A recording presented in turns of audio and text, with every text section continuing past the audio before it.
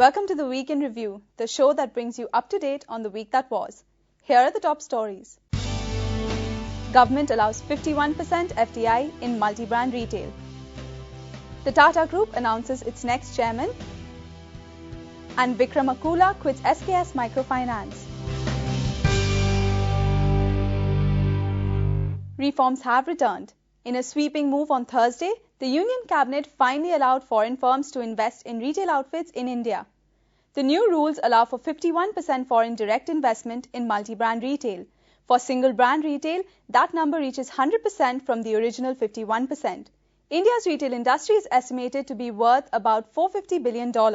Most of that is, of course, represented by the traditional Kirana stores. But most big organized retail firms have welcomed the government's decision. Among other things, they claim foreign capital will allow for investment cold chains that will reduce food waste and hence moderate food prices. Of course, there are some riders attached to opening up of retail to FDI. For one, foreign outlets will only be able to set up base in cities with a population greater than 1 million. More significantly, overseas retailers will have to invest a minimum $100 million in India, and half of the investments will have to go into back-end infrastructure.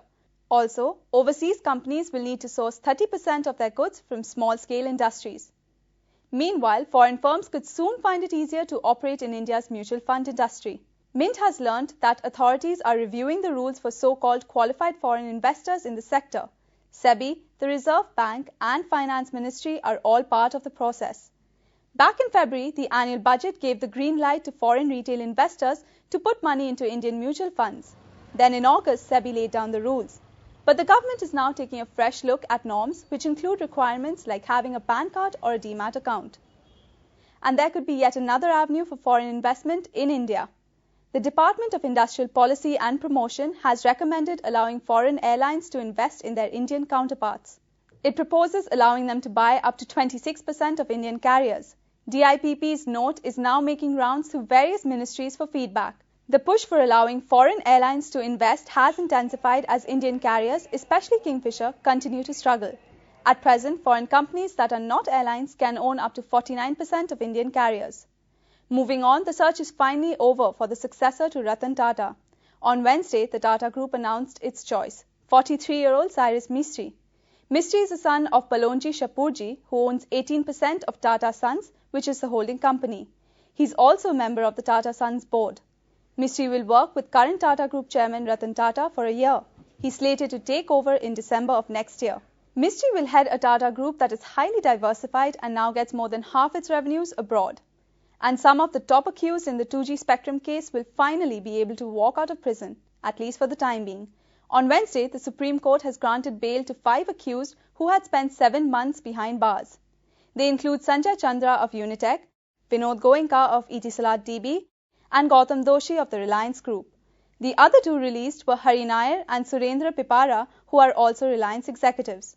All 5 men had to provide a 5 lakh rupee surety to get bail. But the Supreme Court made it clear the CBI could ask for the cancellation of bail if the accused did anything to hamper investigations. And it's been a rough week for the Indian rupee.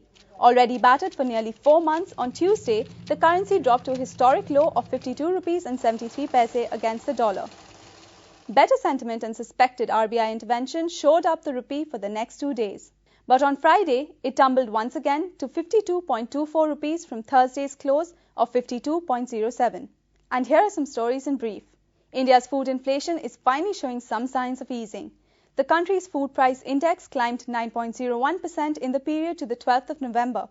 That's a steep fall from the previous week's 10.63. The founder of SKS Microfinance has quit the company. Chairman Vikram Akula stepped down from his post on Wednesday. His exit comes during a time when SKS is struggling and plans to raise 900 crores through a share sale. The SKS board is still looking for a new chairman. And finally, the Reserve Bank has approved a financial restructuring plan for the struggling national carrier Air India. It has asked a group of lenders headed by State Bank of India to discuss the next steps. The restructuring is expected to take 4 months and will include an equity infusion of 6,850 crores. That's all we have for you. Thanks for watching.